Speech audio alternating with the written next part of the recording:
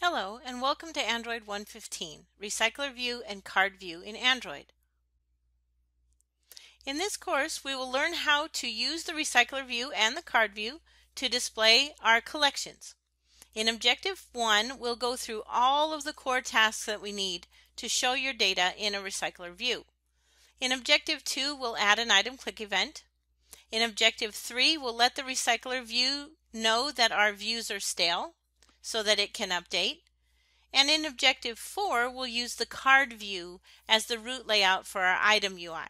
So by the end of the course, you'll be able to add a RecyclerView to your app, code the adapter and the view holder and the item layout files that are needed to show your data inside of a RecyclerView, respond to item click events, and use the CardView as your root layout for your items UI.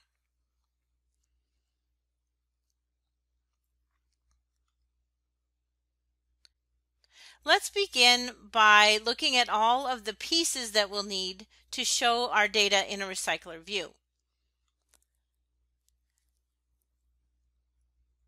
In order to get a RecyclerView to work, there are several pieces that we need. We need to define our item UI, we need to get references to our view, we need to transfer values from our data set to our UI, and there are several pieces involved here.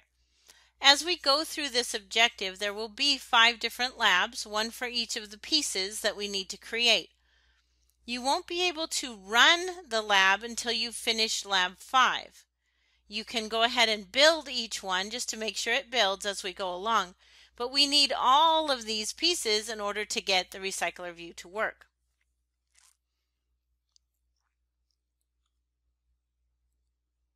A lot of apps display collections. Think of mail apps, messages, settings, calendar, music, grocery lists. So there's a lot of places where we might need some kind of collection to be shown. And generally, your apps are going to only show a very small window into a much larger data set. So a common goal for us then is to give the user a very smooth scrolling experience going through this larger data set. We don't want to build UI for every piece in our data set because that's going to take way too much time and use way too much memory. So the RecyclerView takes care of recycling the UI for us. You only have UI for what you see on the screen. And that UI then gets recycled and we put the new data in it as they are scrolling. The RecyclerView also has 2 other very compelling features. It has a very flexible architecture. We can modify its behavior by plugging in our preferred layout policy or an item animator and a few other things. It does require that we use the view holder efficiency optimization as well. We'll talk about that in a moment.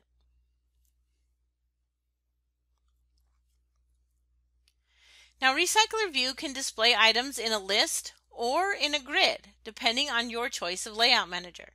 So it could replace both list view and grid view in your code. It is slightly more complex to use though, since there's no predefined adapters, there's no click event, and the fact that view holders are required. So we'll have to write more code to get it up and running than we would with list view or grid view. But the RecyclerView is much more flexible. It has more choices for layout, 1 list and 2 grid styles. It has the ability to write your own, since the layout algorithm is pluggable as well. And it has some nice built-in animations for items when you add and remove them.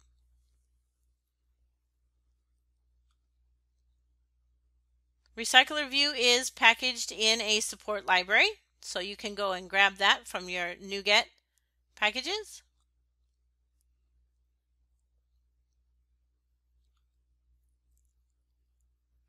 This first exercise is just getting a RecyclerView into your app.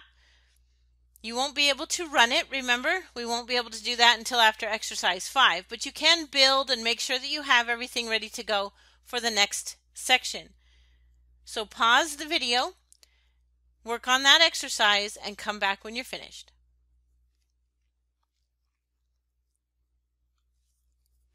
RecyclerView handles some tasks internally, but it delegates a lot of the work to other classes.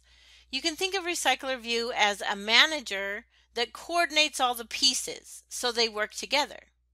This design means that the RecyclerView is heavily customizable. You can define how it arranges items, how the items are decorated, how the items animate in and out.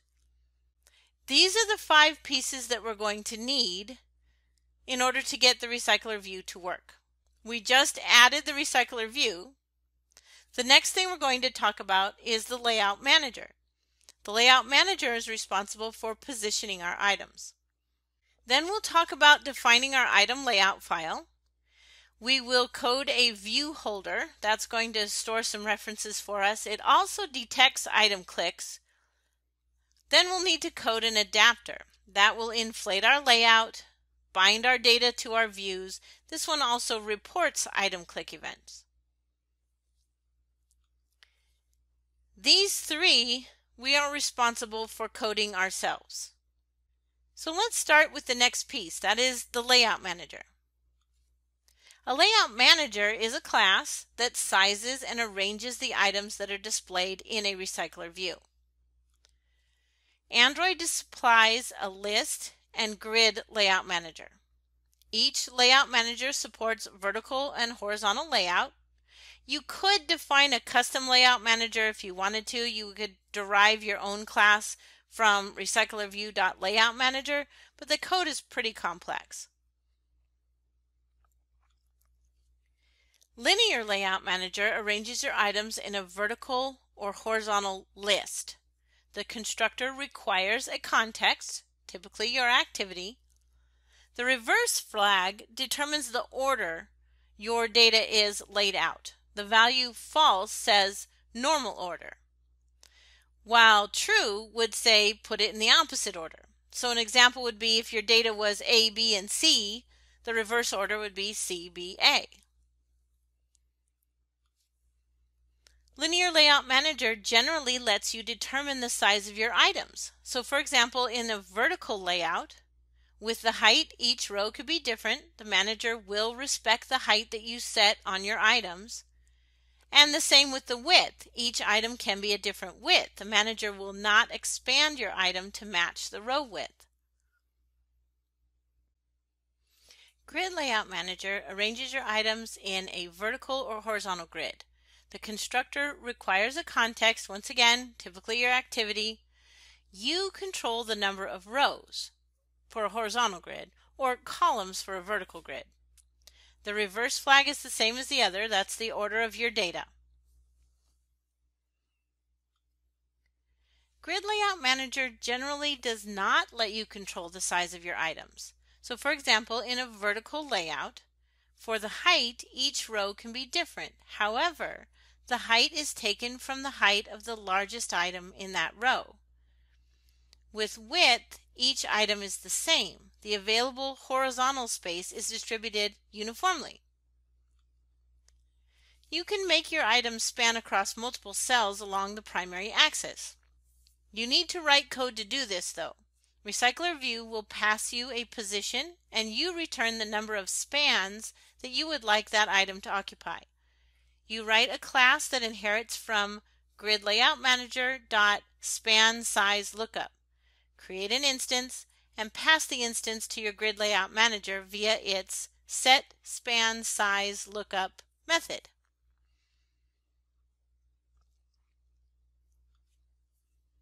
Staggered Grid Layout Manager arranges your items in a vertical or horizontal grid. It attempts to respect your item size in one dimension, which results in a more compact layout than Grid Layout Manager. You control the number of rows for a horizontal grid or columns for a vertical grid. And the Staggered Grid Layout Manager lets you control the size of your items in one dimension. So for example, in a vertical layout, with the height, each item keeps its own height. So the idea of a row mostly goes away. With width, each item will be the same. Once again, the available horizontal space is distributed uniformly. You can make your items span across all cells along the primary axis. You need to write code to do this. You set the full span property to true for the items that you want to occupy the entire axis. It's typically something you decide based on some aspect of the data itself. You would typically add code to your adapter's onBindViewHolder method to do this, and we'll talk about that method here coming up.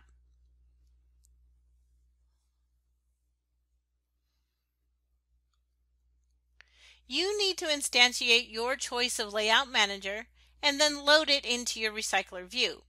If you try to run without setting a layout manager, RecyclerView will throw an exception. Alright, so the second exercise is setting a layout manager. Once again, we cannot run the project, but we can build to make sure everything builds. We won't be able to run until we get through with lab number 5. So pause the recording and come back when you're done with the lab.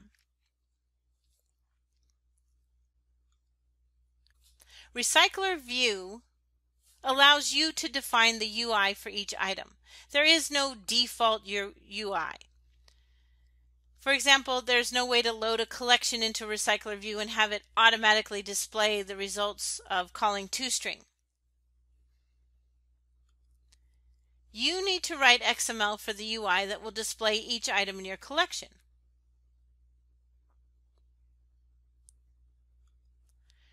You code a layout file just like you would for other UI pieces in Android. You would have a root layout containing views for each piece of data you want to display. Any views that you're going to need access to from code, you should have an ID defined.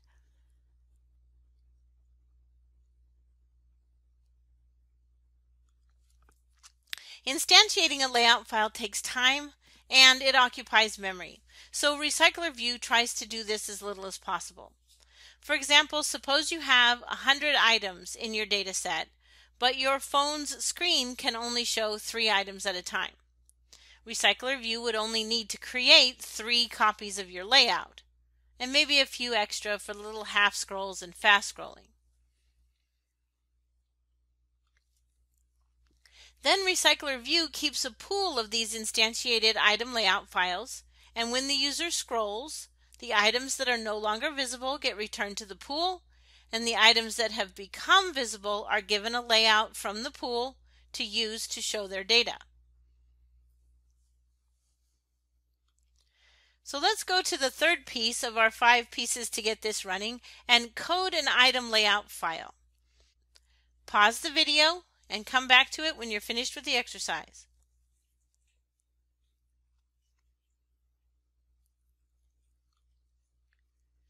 RecyclerView requires you to write code to copy values from one of your data items into the views in the item layout file.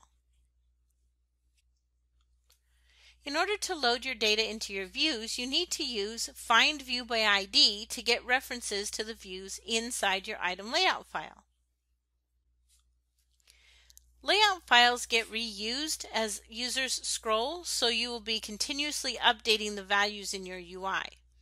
It would be inefficient to look up the views inside of your item layout file every time you needed to update the values in the UI. So we'll code a view holder. A view holder is a cache for references to the views inside your item layout file. This is an efficiency optimization so that we don't have to look up the reference every time a layout is reused. And this pattern is required by the RecyclerView.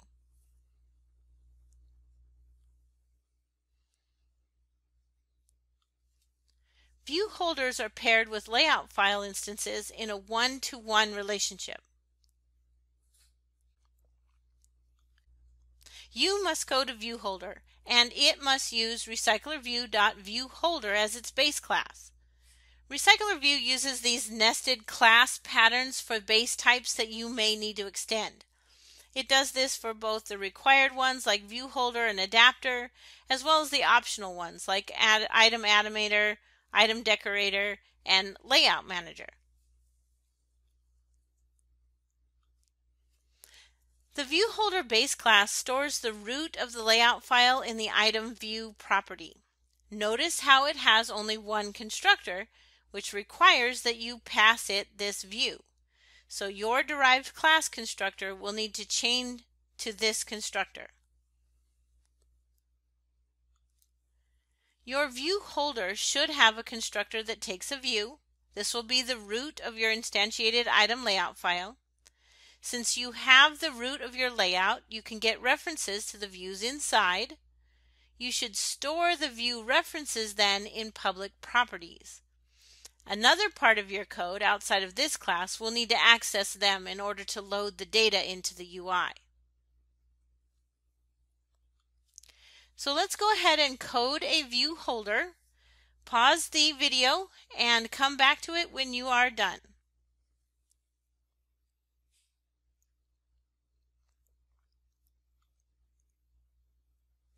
An adapter is the bridge between your data model and the item UI that's inside the RecyclerView. And adapters have 4 things they have to do. First, instantiate your item layout file. The RecyclerView will tell your adapter when to do this. Second, instantiate your view holder. You do this at the same time you instantiate the item layout file, since there's a one-to-one relationship between them. Third, load the data from an item in your data set into the UI. The recycler again will tell you when to do this and what data to load. And the fourth task is just report the size of the data set so that the RecyclerView can set up for scrolling.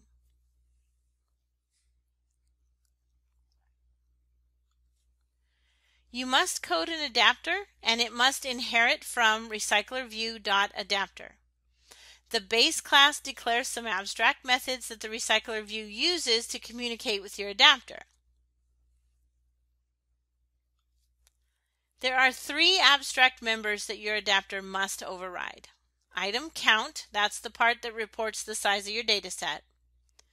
On create view holder, that's going to be where we instantiate an item layout file and associate our view holder. And on bind view holder, that's where we load the new data into the UI.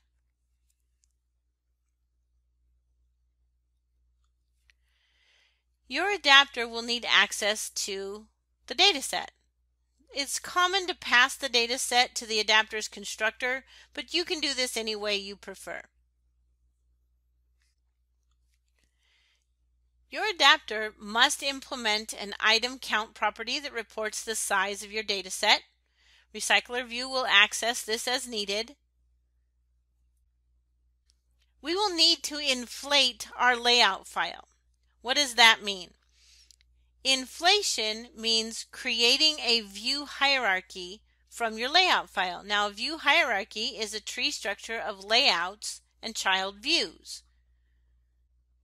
So what this really means is we take your XML and turn it into actual objects in memory that you can use. You don't need to do this manually. Android has a layout inflator class that does this for you. It creates that view hierarchy from your layout file. Part of your adapter's job is to use a layout inflator to inflate your item layout file. There are a couple of different ways to get an inflator. You can get it from your activity. Your activity has a layout inflator property, but we're not in an activity. We are in our adapter. So we're going to have to get it the second way, which is from a context. And lucky for us, we get passed in a view group you can see here called parent. And we're going to use that to get a context.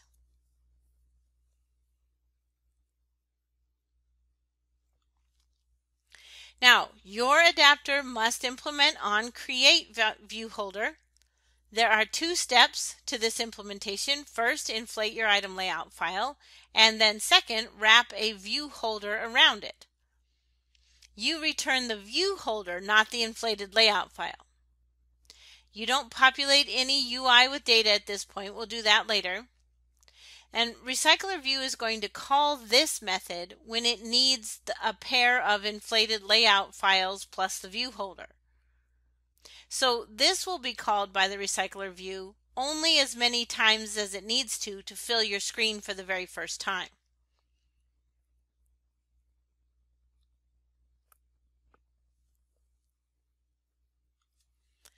Your adapter must also implement onBind view holder. This is where we load the values from one of your data items into the inflated layout file. There are two steps here.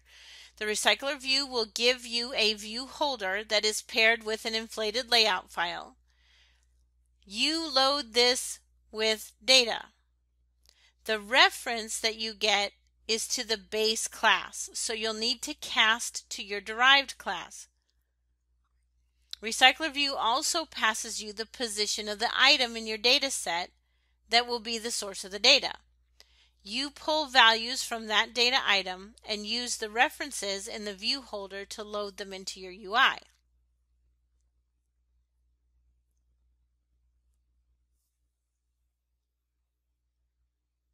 So let's go ahead and code the adapter.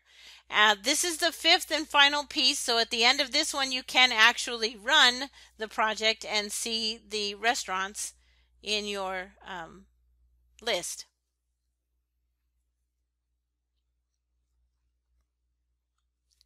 Okay, so in the very first objective we created all the 5 pieces that we needed in order to get RecyclerView to work.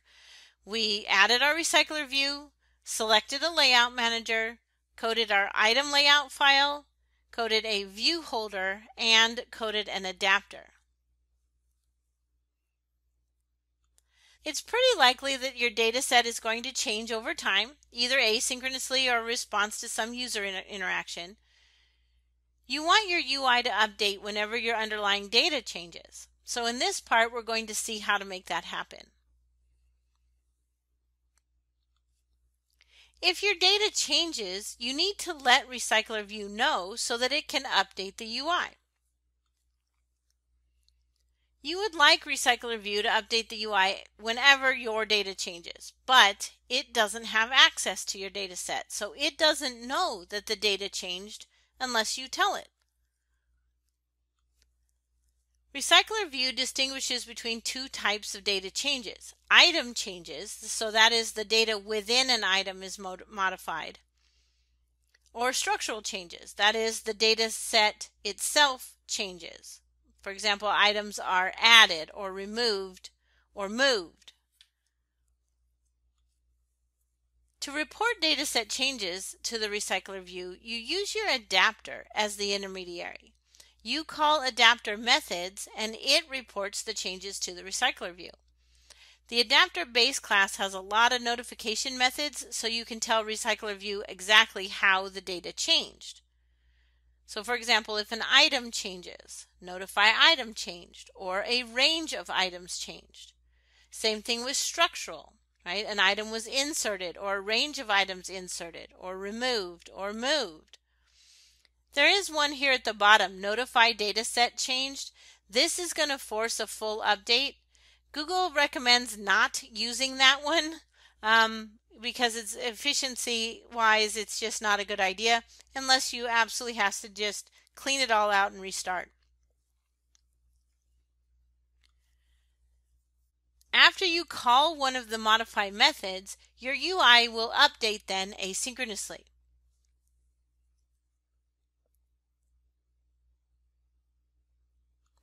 All right, small flash quiz here.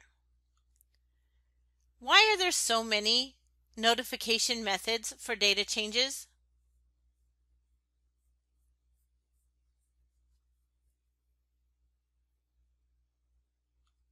And the answer is for efficiency. You don't want to change everything if I only have to change 1 or 2 things. And when should you use notify dataset changed method? And remember, Google documentation says you probably shouldn't, right? If you're writing an adapter, it'll always be more efficient to use the more specific change events if you can.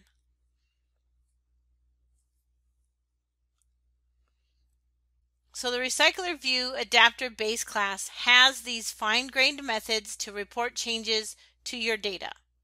This lets the RecyclerView perform targeted UI updates that are more efficient than if it needed to redisplay the entire UI.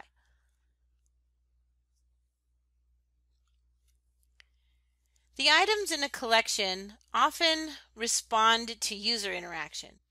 So for example, you can use a RecyclerView as the master in a master detail UI.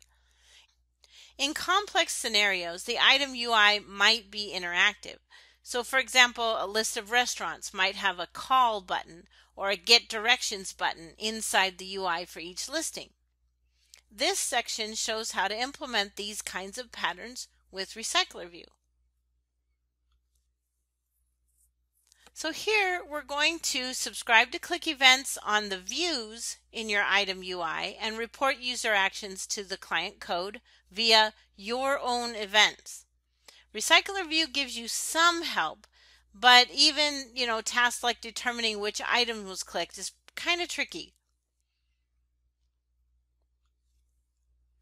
You have to implement item click functionality if you want it. It's not built into the RecyclerView. This gives you some flexibility to build in any pattern that you want. So for example, I could have multiple internal elements, each with their own click events and handlers. RecyclerView doesn't do everything itself. It delegates a lot of the tasks to you. You're free to implement item click functionality any way you choose, but it's common to split the code between your adapter and your view holder. It's typical for item click events to tell subscribers the identity of the clicked item. This is normally done by passing an integer position value to the subscriber via the event args. You can think of a view holder as a bridge or connector between the data and the UI. Your view holder keeps references to the UI, and Android remembers which data item the view holder is associated with. From a view holder, then, you can get to either side, the associated data or the UI visualization of that data. The typical organization in RecyclerView is for the data to be hosted inside your adapter and the UI views to be handled by a layout manager. That gives us an easy way to talk about the two sides of a view holder. The side with the data is the adapter, and the side with the UI is the layout side. A view holder is associated with both a data item and the UI for that item. It has two integer properties that give the position on the two different sides. These two values will be the same most of the time. In rare cases, the view holder's two position values could be different. So suppose you remove an item from your data set, call one of the adapter's notify methods, and then immediately access the view holder's position values. Depending on the timing, Android might not yet have had a chance to update the layout so that it's in sync with the data changes. That's because Android uses an asynchronous layout model. When you update your data and call one of the adapter's notify methods, a layout pass doesn't happen synchronously at that moment. Instead, Android schedules a layout pass to happen asynchronously. The delay is going to be very, very short. The documentation says less than 16 milliseconds.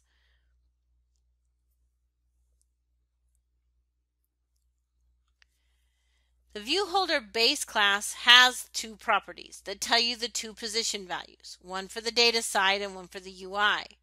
These values are maintained by Android. There's nothing you have to do to keep them up to date. To implement item click, you will need to get the item position to pass to your subscribers. This means that you will have to choose between adapter position and layout position. For most apps, adapter position is what you're going to want. If you find yourself writing a custom layout manager, then you may make use of the layout position. Otherwise, it'd be pretty rare to use it.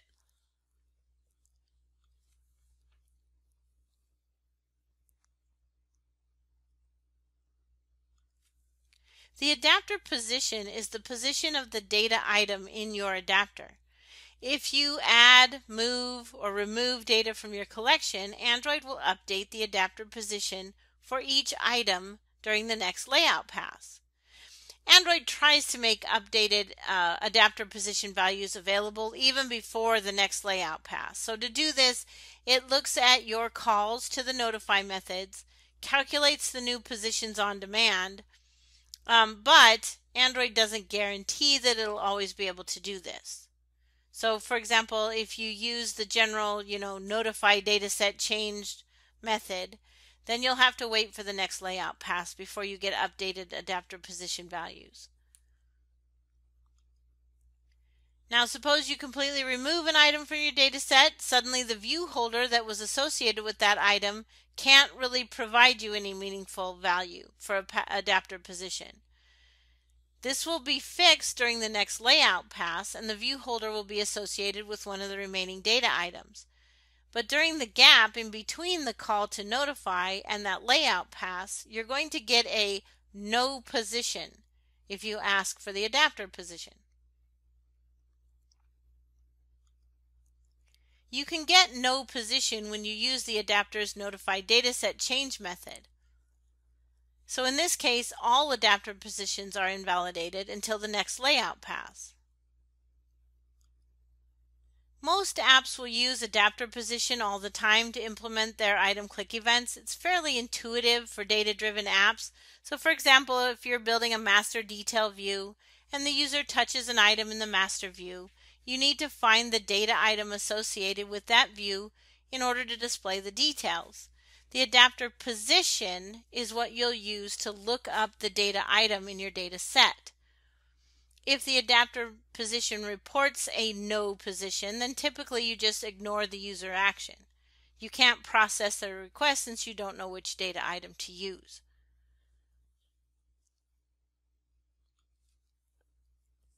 View holders typically detect user actions. And there are two arguments for putting the code here. The view holder knows the item position. So if you put the detection code somewhere else, like in your adapter, you would then be responsible for determining item position.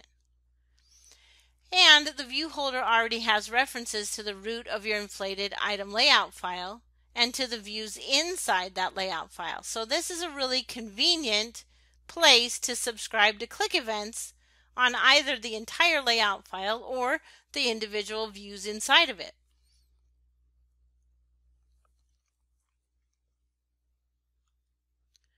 The view holder also offers a convenient place to detect user actions, but they should not respond to the user actions. Instead, it should just notify the adapter and let the adapter decide what should be done. You can decide how the view holder and the adapter should communicate. A simple implementation would be for the adapter to supply the view holder with a callback that gets invoked when the user touches an item.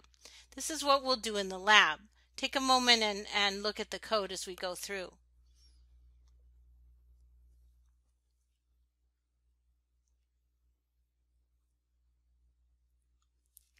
Then your adapter would listen for the callbacks from the view holder and raise its own event in response.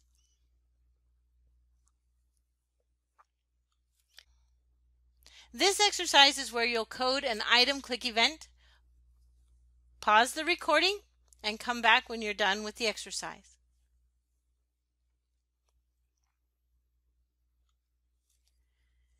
Your view holder and adapter typically work together to handle user interaction.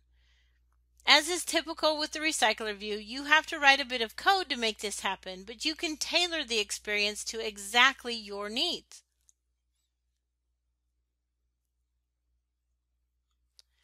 The last objective in this class is to use a CardView. We're going to start with some concrete guidance on when to use a CardView. Then we'll look at how to incorporate CardView into your project and use one as the root of your item layout file. A CardView is a container, and it looks something like a piece of paper. Its characteristic visual qualities are rounded corners and a shadow that makes it look elevated. It doesn't offer much in any kind of functionality. It's just a frame layout with some custom attributes that let you influence how it looks. It's up to you to decide what to put inside it. The CardView tends to be used to display complicated data items. So maybe a dismiss button or multiple action buttons are kind of common with this. And the CardView works with RecyclerView, ListView, and GridView. Android provides some guidelines for how you represent your content using CardView. The guidelines are not built into the CardView though, so you'll need to implement them yourself if you decide to follow them. Android has specific guidelines for when to use CardView. Two key cases where CardView is appropriate are heterogeneous data and variable length data. There's a few other recommended use cases for CardView that were taken from the guidelines.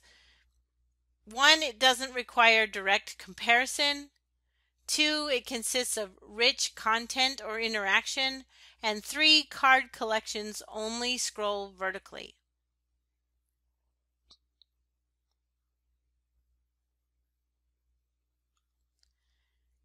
CardView is packaged as well in a support library, so grab that from NuGet. CardView has custom attributes that change its appearance. You access them as you would any custom attribute. That Res Auto namespace there is replaced by the app's package name during the build process.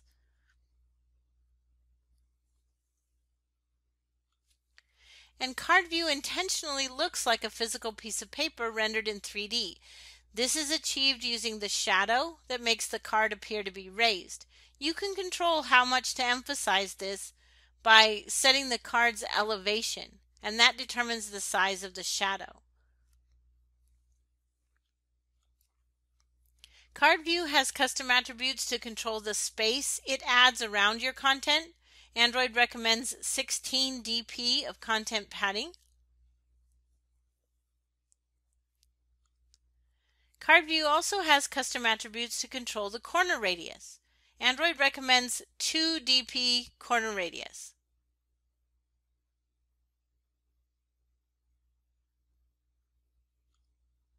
And CardView has a custom attribute to control the background color.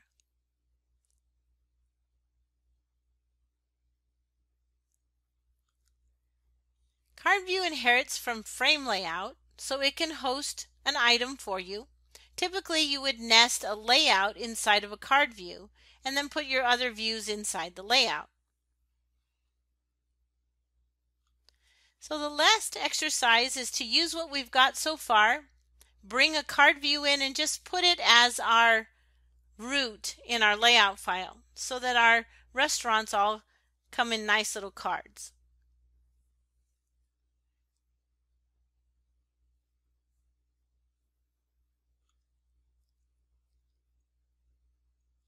And as you saw, CardView is basically a frame layout. It's got some custom attributes for appearance.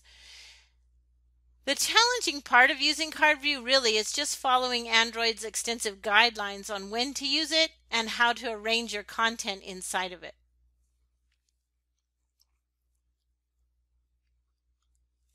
Thank you for watching Android 115, CardView, and RecyclerView in Android.